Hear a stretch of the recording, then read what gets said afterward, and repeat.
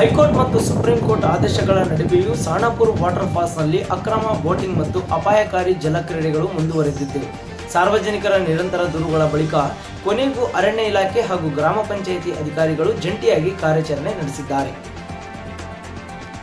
Kishkindha ಪ್ರಾಂತದ ಸಾಣಾಪುರ್ water ಫಾಲ್ಸ್ನಲ್ಲಿ ನಡೆಯುತ್ತಿದ್ದ ಅಕ್ರಮ boating ಮತ್ತು ಅಪಾಯಕಾರಿ ಜಲಕ್ರೀಡೆಗಳ ವಿರುದ್ಧ ಅರಣ್ಯ ಇಲಾಖೆ ಹಾಗೂ ಗ್ರಾಮ ಪಂಚಾಯಿತಿ ಅಧಿಕಾರಿಗಳು ಜಂಟಿಯಾಗಿ ಕಾರ್ಯಾಚರಣೆ ನಡೆಸಿದ್ದಾರೆ. ಕಾರ್ಯಾಚರಣೆ ಸಂದರ್ಭದಲ್ಲಿ ಕೆಲವರನ್ನು ವಶಕ್ಕೆ ಪಡೆದು ವಿಚಾರಣೆ ನಡೆಸಲಾಗಿದ್ದು, ಗ್ರಾಮ ಪಂಚಾಯಿತಿ ಅಧಿಕಾರಿಗಳಿಂದ 3 ತೆಪ್ಪಗಳನ್ನು ವಶಕ್ಕೆ ಪಡೆಯಲಾಗಿದೆ. ಪ್ರಕರಣಕ್ಕೆ ಸಂಬಂಧಿಸಿದಂತೆ ಮುಂದಿನ ಕಾನೂನು ಕ್ರಮ ಕೈಗೊಳ್ಳಲಾಗುತ್ತಿದೆ. ಹೈಕೋರ್ಟ್ ಹಾಗೂ ಸುಪ್ರೀಂ ಕೋರ್ಟ್ ಆದೇಶಗಳಿದ್ದರೂ ಈ ಭಾಗದಲ್ಲಿ ಅನಧಿಕೃತ ಬೋಟಿಂಗ್ ಮುಂದುವರಿದಿರುವ ಬಗ್ಗೆ ಸಾರ್ವಜನಿಕರು ತೀವ್ರ ಆತಂಕ ವ್ಯಕ್ತಪಡಿಸಿದರು.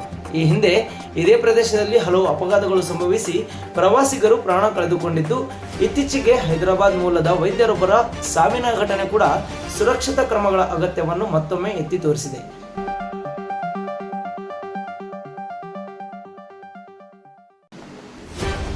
ಗ್ರಾಮ ಪಂಚಾಯಿತಿ ಅಭಿವೃದ್ಧಿ ಅಧಿಕಾರಿ ವತ್ಸಲ್ ಅವರ ಪ್ರಕಾರ ಈ ಹಿಂದೆಯೂ ಅಕ್ರಮ ಬೋಟಿಂಗ್ ತಡೆಯಲು ಹಲವು ಬಾರಿ ಕಾರ್ಯಾಚರಣೆ ನಡೆಸಲಾಗಿದ್ದು, ಮುಂದೆಯೂ ಪೊಲೀಸ್ ಇಲಾಖೆಯ ಸಹಕಾರದೊಂದಿಗೆ ಇಂತಹ ಅಕ್ರಮ ಚಟುವಟಿಕೆಗಳಿಗೆ ಶಾಶ್ವತ ಕಡಿವಾಣ ಹಾಕಲಾಗುವುದು ಎಂದು ತಿಳಿಸಿದ್ದಾರೆ. ಅರಣ್ಯ ಇಲಾಖೆ ಅಧಿಕಾರಿ ಬಸವರಾಜ್ ಪೂಜಾರ್ ಅವರ ಮಾಹಿತಿಯ ಪ್ರಕಾರ ಅನಧಿಕೃತ ಜಲಕ್ರೀಡೆ ಮತ್ತು ಬೋಟಿಂಗ್ ನಡೆಸುವವರ ವಿರುದ್ಧ ತನಿಖೆ ಮುಂದುವರೆದಿದ್ದು, ತಪ್ಪಿತಸ್ಥರ ವಿರುದ್ಧ ಕಾನೂನು ಕ್ರಮ ಕೈಗೊಳ್ಳಲಾಗುವುದು. ಜೊತೆಗೆ ಈ ಪ್ರದೇಶವು ನೀರುನಾಯಿ ಸಂರಕ್ಷಿತ ವಲಯವಾಗಿರುವುದರಿಂದ ವನ್ಯಜೀವಿಗಳ ರಕ್ಷಣೆಗೆ ವಿಶೇಷ ನಿಗಾ ವಹಿಸಲಾಗುವುದು ಎಂದು ತಿಳಿಸಿದ್ದಾರೆ.